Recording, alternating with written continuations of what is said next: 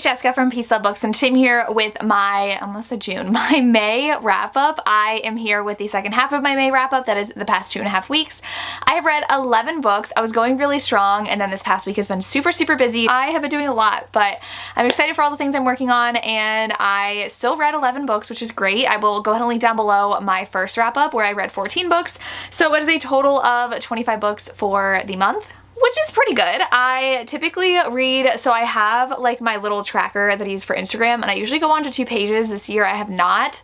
It has been a crazy year. Typically I'm now just at the end of the first page of a reading tracker. So I will go and get to all the books that I read and share my thoughts on them. The first one I read is Cinderella and the Duke by Lydia Drake. I saw a couple friends had read this, so I decided to read it, and this one is a historical romance and it was fine. I need a really engaging plot for historical romance to enjoy it, and this one was pretty much a Cinderella retelling. Like, she didn't like her stepmother. She actually liked her stepsister though, and she is considered a spinster, I guess. She's pretty old in society, and she goes to a ball because she's like supposed to help her stepsister out, and she also really wants to get out of the clutches of her stepmother though, so she wants to find a husband at this ball, and our hero is a duke. And it was actually really funny because like women try to like throw themselves at him, and he is in parts of so many duels because women are after him and the husbands are mad and blame him, and he has to go fight another duel. And so at this ball there's a woman who is trying to act like she's being ruined by him even though she's not, and so the heroine kind of steps in and saves him, and she's like, hey, if you want to stop this, like, marry me. So it is a marriage of convenience, but the plot overall was kind of boring. I was just pretty bored listening to this audiobook. It's pretty forgettable. The beginning was very entertaining. I enjoyed it, but like from then on I was just like, meh, this is fine. So I gave this one 3 stars. I feel like I'm slowly getting back into historical romance because I haven't read a lot in a while, but this was not what like scratched the itch for me. I need something just like that will make me fall head over heels, and this one was just like a generic historical that I just wasn't as obsessed with. Then I read Keep This Promise by Corinne Michaels. I was really enjoying this series. I read it with Tori for our read along. We read the Rose Canyon series and had a live show about it. Book 1 is Amnesia. I gave that 4 stars. Book 2 is 4.5 stars. I loved that one. This one was Secret Baby. So they had hooked up in Vegas, and she's from England, and so she went back home and had no idea who this guy was that she slept with, and then she got pregnant, and so her best friend agrees to marry her, and they have like just a friend marriage and raise the baby.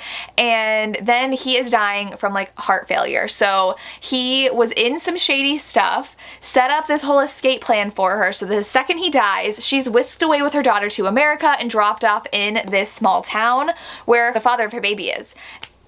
Logistically, how? How would her husband know who this random guy she hooked up in Vegas was?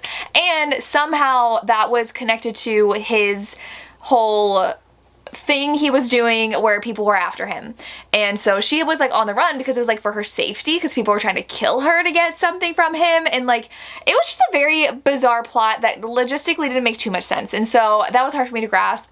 It was pretty boring. Months went by and she was just living in this small town and just like hanging around, and I was like, is there any more substance to this romance, to this plot? And then things got like suspensey at the end, but I was not that impressed, especially come after book 2 that I loved. This one was not great with the romance or the suspense, so I gave it 3 stars. Then for Ravished by Romance, my book club I run with Lacey, we read King of Pride by Anna Huang, and this one is my new favorite Anna Huang book. I gave this one 5 stars. This one was so good. I think it's because of Kai. There's something about heroes named Kai because he's my favorite in the Devil's Night series by Penelope Douglas.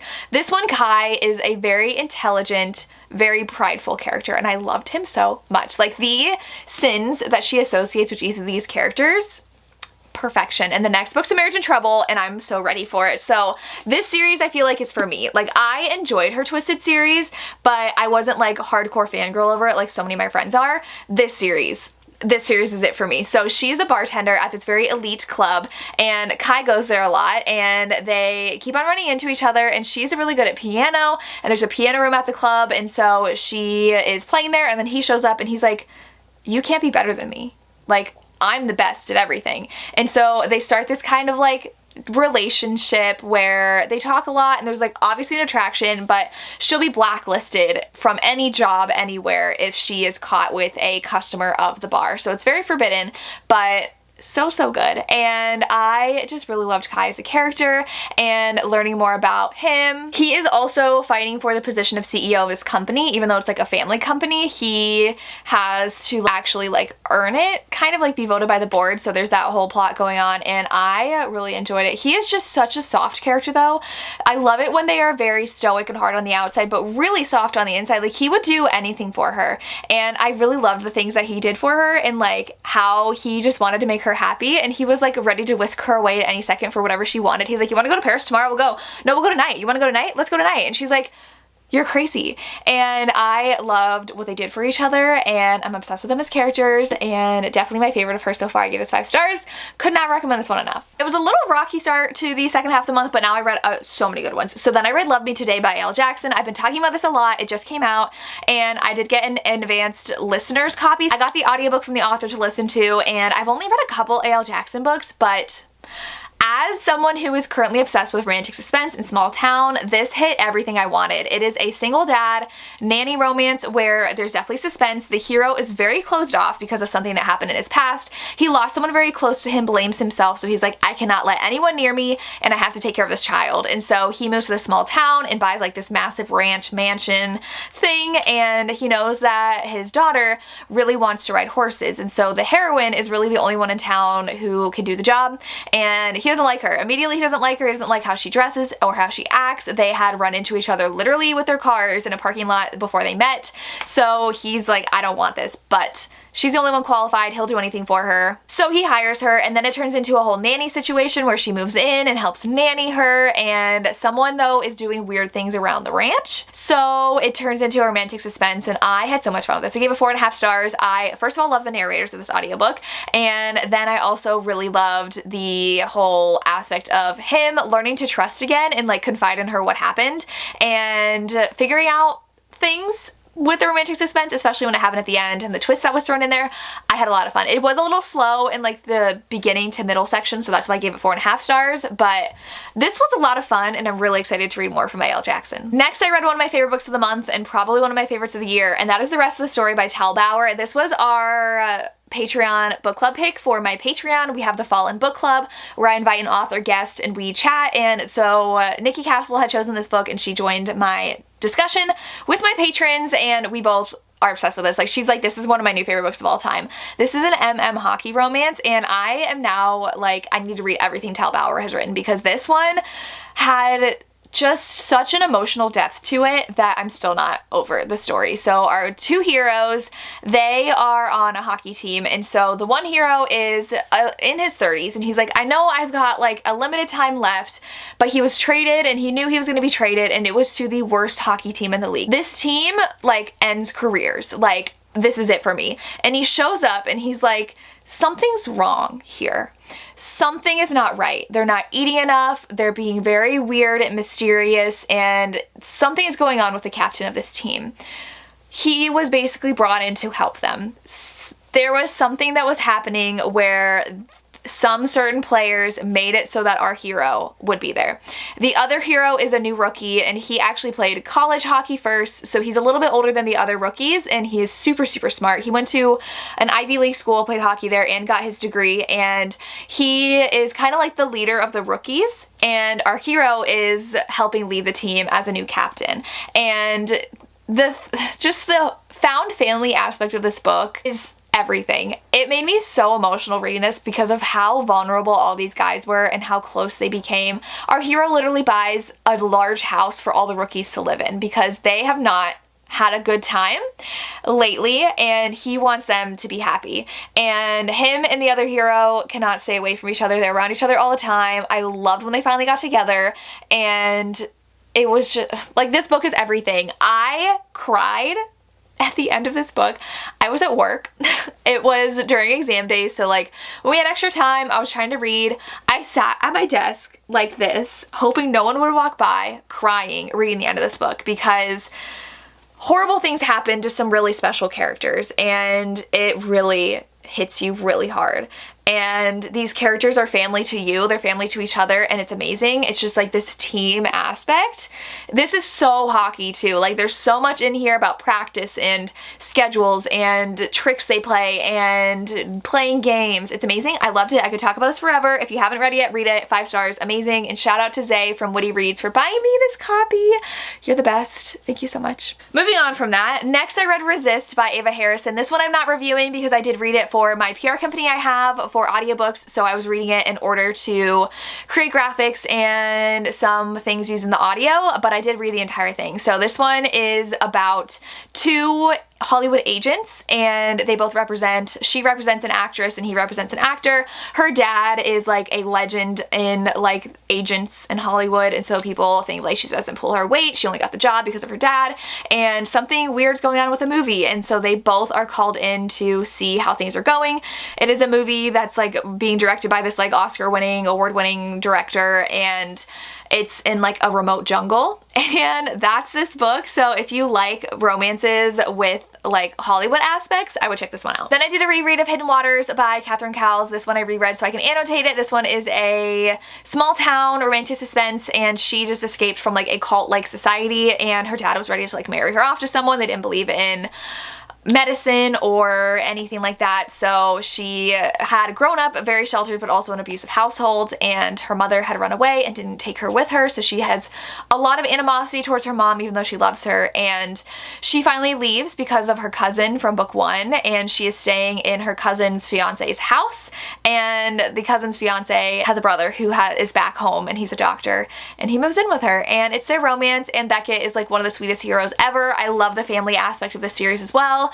And someone is trying to go after her, and you have to figure out who it is and how they're gonna get out of it. So I love this one of my favorites by Catherine, 5 stars. Then I read another amazing one. I read Forbidden Hearts by Corinne Michaels. This one I also got an advanced audio copy for. I love that authors are doing simultaneous release and offering audio review copies to listeners. I really enjoy this one. This one again had a really great cast. I think it was Desiree and Joe Arden, if I remember correctly. This one is a single dad romance, and it is an age gap and a nanny romance, and the daughter is deaf, so she uses ASL, and the dynamic between the hero and his daughter's mom is really great because they've always just been friends, and they hooked up, and they never wanted anything more, so there's not really any animosity between each other. They just like co-parent really successfully. She is a director, and I think she makes like documentaries. She is gonna be gone for a couple months, and so he's like, I got a job, I need to find a nanny. So they go through this agency, and they have someone who knows ASL because that's how the daughter communicates, and they don't want someone she can't communicate with, and so then that falls through, and he's like, crap. His boss's daughter's home for the summer from graduate school, and she is studying audiology, so she is really passionate about all things helping people hear and the science behind it, and she knows ASL. So he doesn't want to hire her because she babysat his daughter when she was a teenager and it didn't go well, and he hates her and feels like she is very immature and not reliable.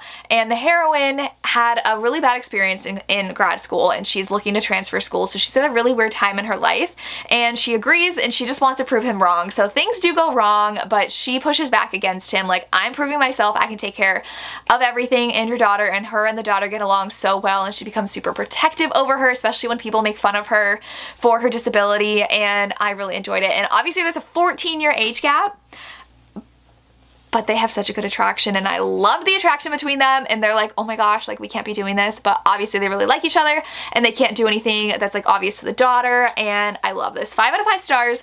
This one I believe comes out on the 9th, so check it out when it comes out because I'm obsessed. Then I did a reread of Devil's Bride by Stephanie Lawrence for my Historical Hellions book club. This was our pick for this month, and this one I do not recommend the audiobook. I listened to the first half on audio and hated it, and I was like, I love this book, why am I hating it right now?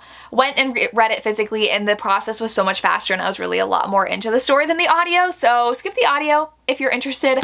But this one is a historical romance where it's a marriage of convenience. The heroine falls upon someone who is like literally in the middle of dying, and her horse runs away, and she's stuck on the side of the road with this guy who's dying, and the hero shows up, and he is Devil, and he is the guy's cousin, and he's like, let me help you, there's a cottage up here, like, we'll wait out the storm and get help in the morning. people come across them in the morning and they're like, oh my gosh, you're ruined. And he's like, it's fine, we're gonna get married anyways. And then she's like swept up into this world that she didn't want, because she's supposed to be like helping women become proper and get proper husbands in society, and like that's what she's known for. And now she's like, your reputation is ruined, what am I gonna do? And she has to marry Devil. And his family is really fun. The like after their meet cute, like all the way through halfway is boring. I don't know if it was just the audio, but it was very, very boring in the middle. But then the end was super action-packed and great, because they like fall head over heels in love with each other. So much steam in here, so much consent in here, because he's like, I only want you to want to do it if you want to. And they end up doing it a lot. There was an excessive amount to me in here that wasn't necessarily necessary, but the ending was a lot of fun too, because we have some suspense going on with someone who like killed the guy in the beginning. Who is he, and who's trying to kill Devil? It was a lot of fun. I ended up giving it 4 stars because it was just slow, but I really love the beginning and the end. Then I got to listen to an audio advanced copy of Reckless by Elsie Silver, and it might be my new favorite of the series. They just get better and better. Like, I have liked each one better. I'm someone who was a huge fan of Powerless. I love Jasper. I love Sloane. I loved Winter and Theo. So Winter and Theo really butt heads, but in the beginning they have a one-night stand. And Winter, we know from the book 1, because she's Summer's sister, she's very cold and hardened and does not let a lot of people in. And some people think she's mean. She's gone through a lot though. There's a lot of baggage there, and she gets pregnant. And we do get a time jump, and we have a secret baby. When Theo learns he's a dad, my heart melted. Theo is so perfect. He is someone who takes his time with Winter, sees her for who she is, and loves her for who she is, and Winter's not used to that. And it takes her a lot of time to open up and really trust Theo and accept that someone loves her and sees her flaws and still wants her. It is so good and so cute and so steamy, because obviously they really like each other, and Theo is just like on another level. I'm obsessed with Theo. I loved his mom. I love the whole Eaton family. They're still really huge in here too. Sloane played a huge part as well. Obsessed. 5 stars. I was swooning the entire time. Read it when it comes out, please. And the last book I read is Next of Kin by Hannah Bonham Young. I listened to this audiobook. It is book 1. Next to You is book 2 that I read, and absolutely loved it, like obsessed. This one was good. I gave it 4 stars. I wasn't as blown away by it because the dynamic wasn't my favorite. She has to get custody of her baby sister. Her mom just had a baby prematurely, and she was in foster care her whole life, basically, like in and out of foster care. Then she got adopted, and she was raised by her parents, who she doesn't really have the best relationship with. And then she gets a phone call saying her birth mother gave birth again and is not fit to raise this baby. So she agrees to take it, but she is a freelance graphic designer, and she can't afford, based what the courts want, her having custody. So there's this program where they pair people up who need extra support in order to be able to have custody. So the hero, he wants to get custody of his 15-year-old brother, and he can't unless he has a 2-bedroom apartment or more, and he doesn't have that. And so she has a big enough apartment, her roommates just move out, so they are living together. It's their romance together. It was cute. I felt so much for all of these characters and everything they went through. It just felt a little insta-lovey for me, and like things progressed a little too much there, and I was like, oh, they're already in love. Like, are we gonna get a little bit more development here? I believed it in the second book because they'd known each other for so long, and it was a friends to lover situation, so there were feelings there. This one, they like didn't really get off on the right foot, and then all of a sudden it's like, how do I tell him I love him? And he immediately was like, I love you. And I was like, I think with 2 characters who've gone through so much, it would take them a little bit longer, so I wanted that little bit more of a timeline with that. But overall it was really good. I really liked the baby and his brother. The relationship with him and his brother was really good, and really sad having to deal with their parents too, and how they're not fit to raise them, and how it can hurt their relationship as well. So I really like this series though, and definitely recommend checking it out and checking this author out. And those are all the books that I read in the second half of May. Let me know what you read. I would love to hear and what your thoughts are on these books. As always, thank you so much for watching, and have a good day.